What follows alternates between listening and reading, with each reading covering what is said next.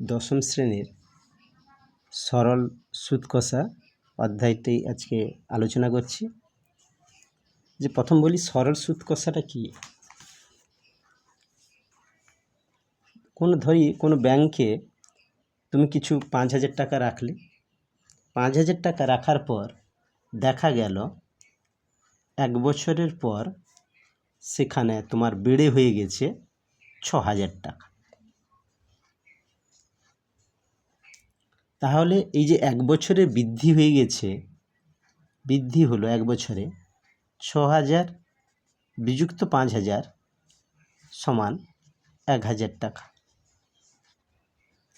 ওই 1,000 টাকাটাই এই যে বৃদ্ধি অংশ, ওটাই এরই নাম হচ্ছে কি সুদ, এরই নাম হচ্ছে সুদ।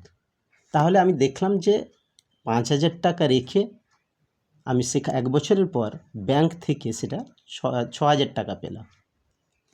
তাহলে এই যে 6,000 বিযুক্ত 5,000 এই যে বৃদ্ধিটা হয়েছে, এই বৃদ্ধিটাই হচ্ছে কি সুদ।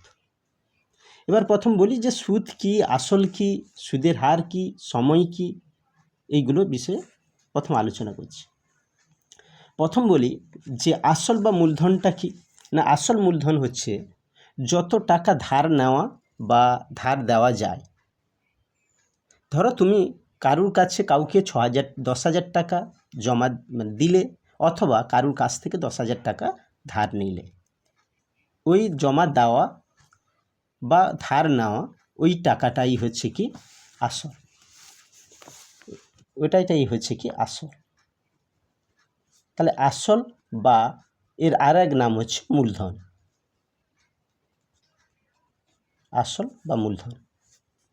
এবার তাহলে আমি কারুর কাছে, আমি ব্যাংকে যদি 50,000 টাকা জমা দিলাম, সেই 50,000 টাকাটাই হচ্ছে কি এখানে আসল। এবং সময় কি এখানে আসল, সময় হচ্ছে যত সময়ের জন্য ধার নেওয়া বা ধারটা দেওয়া হলো, সেই সময় তাকেই হচ্ছে কি সময় বলবো। সময় কি না, সময় হচ্ছে, সময় সবসময় বছরে কাউন্টিং করা হয়। যদি সময় নির্ণয় সময় সবসময় বছরে কাউন্টিং করতে হয়। যদি সময় মাসে দেওয়া থাকে, তাহলে সেই সময়কে আমাদের কি করতে হবে, 12 দ্বারা ভাগ করতে হবে, দিলে বছর চলে আসবে। সময় সবসময় বছরে নির্ণয় করতে হয়। যদি সময়টা মাসে দেওয়া থাকে, তাহলে আমাদের প্রথম কাজ হবে সেটাকে 12 দ্বারা ভাগ করতে হবে, দিলে সেটা বছরে পরিণত হবে। আবার সময় যদি দিনে দেওয়া থাকে, দিন সংখ্যা, তাহলে দিন যদি দেওয়া থাকে, দিনটাকে কি করতে হবে, 365 দিয়ে ভাগ করতে হবে, দিলে বছরে পরিণত হবে। কারণ 1 বছর সমান হচ্ছে 365 দিন। সেই জন্য আমরা দিনটাকে, যত দিন থাকবে সেই দিনটাকে 365 দ্বারা ভাগ করতে হবে। এবার তাহলে আজকে প্রথম বলি, তাহলে সেটা সময় হয়েছে, আসল হয়েছে, সময় হলো। আর হচ্ছে কি সুদ, সুদ আগেই হয়েছে। যে ধরলাম যে আমি 50,000 টাকা ব্যাংকে রেখেছিলাম, 1 বছরের পর সেখানে আমি কি 60,000 টাকা পেলাম, 60,000 টাকা পেলাম। তাহলে এখানে সুদ কত দাঁড়ালো, সুদ দাঁড়ালো সমান 60,000 বিযুক্ত 50,000 টাকা সমান হচ্ছে 10,000 টাকা। এবার আর একটা এখান থেকে কিছু শর্ট কোশ্চেন আসে পরীক্ষায় না। উত্তমন্য হচ্ছে যে ব্যক্তি বা সংগঠন টাকা ধার দেয়, তাকে আমরা কি বলছি, উত্তমন্য বলছি। তাহলে যে ব্যক্তি বা সংগঠন টাকা ধার দেন তাকে উত্তমন্য বলছি।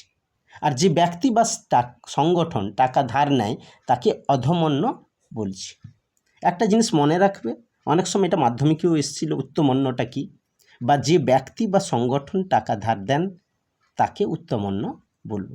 মনে রাখবে, যদি কেউ টাকা ধার দেন, তাহলে আমাদের সাপেক্ষে আমরা তাকে কি বলি, সে ভালো লোক। তাহলে ভালো মানে আমরা সচরাচর কি বলি, যে উত্তম। তাহলে যে ব্যক্তি বা সংগঠন ধার দেন তাকে, সে আমাদের কাছে যেন উত্তম, ভালো লোক। সেই জন্য ওকে ওই নামটা যেন বলা হয় কি উত্তমন্য, অর্থাৎ যে ব্যক্তি বা সংগঠন টাকা ধার দেন তাকে বলা হবে কি উত্তমন্য। আর যার কাছে তুমি টাকা ধার নাও বা যে তোমাকে টাকা ধার, যার কাছে টাকা ধার যদি কেউ নেয় সেই ব্যক্তি হচ্ছে কি, যেন মনে হয় কারোর কাছে যদি আমি ধার নিই যেন আমাদের নিজেকে অধম মনে হয়, সেই জন্য তাকে আমরা কি বলছি অধমন্য। যেমন আমরা যদি পোস্ট অফিসে বা ব্যাংকে কোনো টাকা জমা রাখি তখন ব্যাংকটা বা পোস্ট অফিসটা আমাদের কাছে কি হয় অধমন্য, এবং যেহেতু আমরা ব্যাংকে বা পোস্ট অফিসে টাকাটা জমা দিই বা রাখি সেই জন্য আমরা সেখানে উত্তমন্য হিসাবে কাজ করি। এবার এই সরল সুদের জন্য সুদ, তাহলে সুদের সূত্র 1 নম্বর হচ্ছে সুদ। সুদ কীভাবে নির্ণয় করা যাবে, তার সূত্রটা হলো আসল ইন্টু সুদের হার ইন্টু সময় বাই 100। 2 নম্বর হচ্ছে আসল। আসল কীভাবে নির্ণয় করব, আসল সমান হচ্ছে সুদ গুণিতক 100 বাই সময় গুণিতক সুদের হার। 3 নম্বর সময়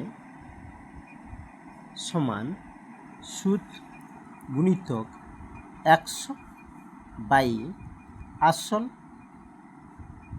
গুণিতক সুদের হার। 4 নম্বর সুদের হার সমান সুদ গুণিতক 100 বাই আসল গুণিতক সময়। এবং তার আগে বলে দিচ্ছি যে সময় অর্থাৎ সময় সবসময় বছরে পরিণত করতে হবে। সময় যদি থাকে সময় সবসময় বছরে কনভার্ট করতে হবে। সময় যদি দিনতে থাকে 365 দ্বারা ভাগ করতে হবে, আর মাসে থাকলে 12 দ্বারা ভাগ করতে হবে। এবার চ্যাপ্টার নম্বর প্রথম অঙ্কটা একটা করি। 2 বন্ধু একসঙ্গে একটি ছোট্ট ব্যবসা চালাবার জন্য বার্ষিক 12% সরল সুদের হারে একটি ব্যাংক থেকে 15,000 টাকা ধার নিলেন। 4 বছর পরে ওই টাকার জন্য তাদের কত টাকা দিতে হবে। তাহলে এখানে লেখা আছে কি 2 বন্ধু একসঙ্গে একটি ছোট্ট ব্যবসা চালাবার জন্য বার্ষিক 12% সরল সুদের হারে, তাহলে এই যে বার্ষিক 12% সরল সুদের হারে, তাহলে ওটাই হচ্ছে কি সুদের হার। তাহলে সুদের হার হচ্ছে কি 12%। এবং একটি ব্যাংক থেকে 15,000 টাকা ধার নিলেন। তাহলে আগে কি বলেছিলাম, যদি কোনো কাউকে টাকা দেওয়া বা কারুর কাছে টাকা ধার নেওয়া ওটাই হচ্ছে কি আসল বা মূলধন। তাহলে এখানে মূলধন হচ্ছে কি 15,000 টাকা, এবং 4 বছর পরে ওই টাকার জন্য তাদের কত টাকা সুদ দিতে হবে 4 বছর পরে, অর্থাৎ সময় হচ্ছে 4 বছর। তাহলে 4 বছর পরে ওই টাকার জন্য তাদের কত টাকা সুদ দিতে হবে, তাহলে এটাই নির্ণয় করি। তাহলে এখানে দেওয়া আছে কি 1 নম্বরে আসল সমান হচ্ছে কত না, এখানে আসল হচ্ছে আসল পি সমান 15,000 টাকা। সুদের হার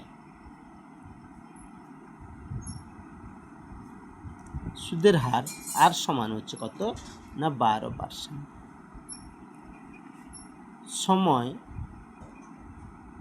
সময় সমান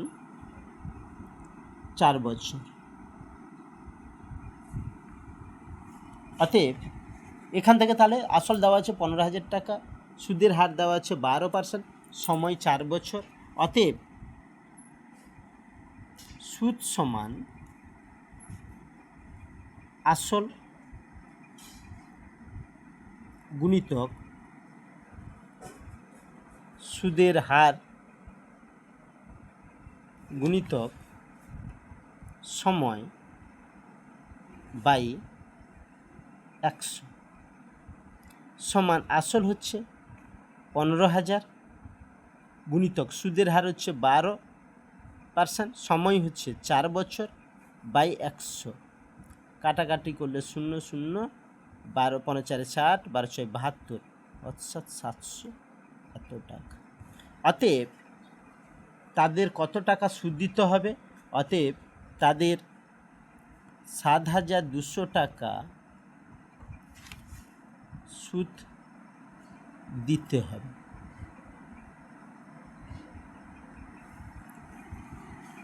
তাহলে প্রথম অঙ্কটা কমপ্লিট হলো। এবার দ্বিতীয় অঙ্কটা করব, 2 নম্বরটা।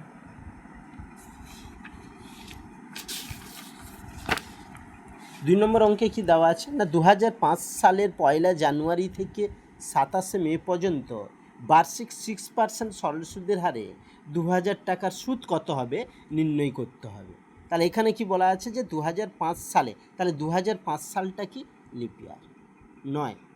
তাহলে 1 জানুয়ারি থেকে 27 মে পর্যন্ত সুদের হার কত? 6%, আসল কত? 2,000 টাকা।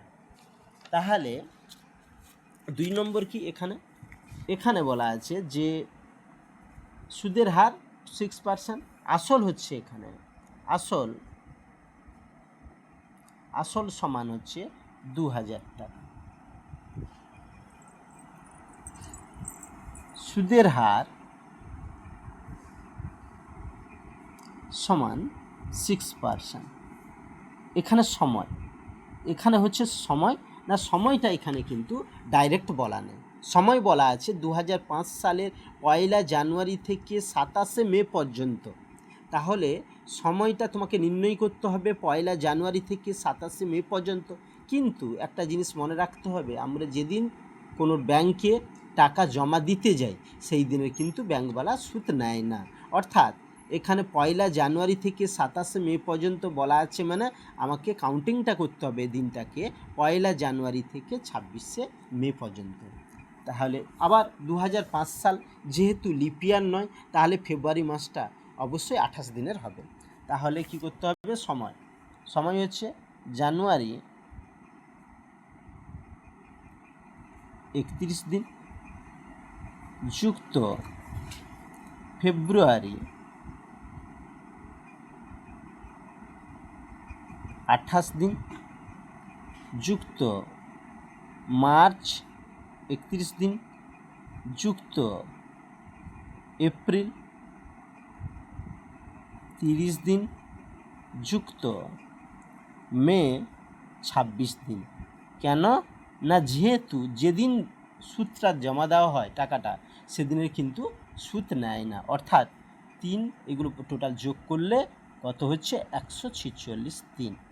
কিন্তু আমি বলেছি সরল সুদ কষার ক্ষেত্রে যেহেতু দিন থাকলে তাকে বছরেই পরিণত করতে হবে, আবার তাকে তাহলে 146/365 বছর, কারণ দিন দেওয়া থাকলে তাকে বছরে পরিণত করতে হলে আমরা সেটা জানি 365 দ্বারা ভাগ করতে হবে।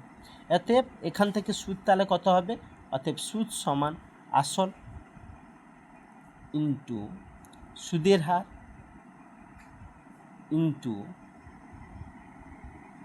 ইন্টু সময় বাই 100।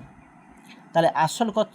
2,000 টাকা, সুদের হার কত? 6%, সময় কত? 146/365/100।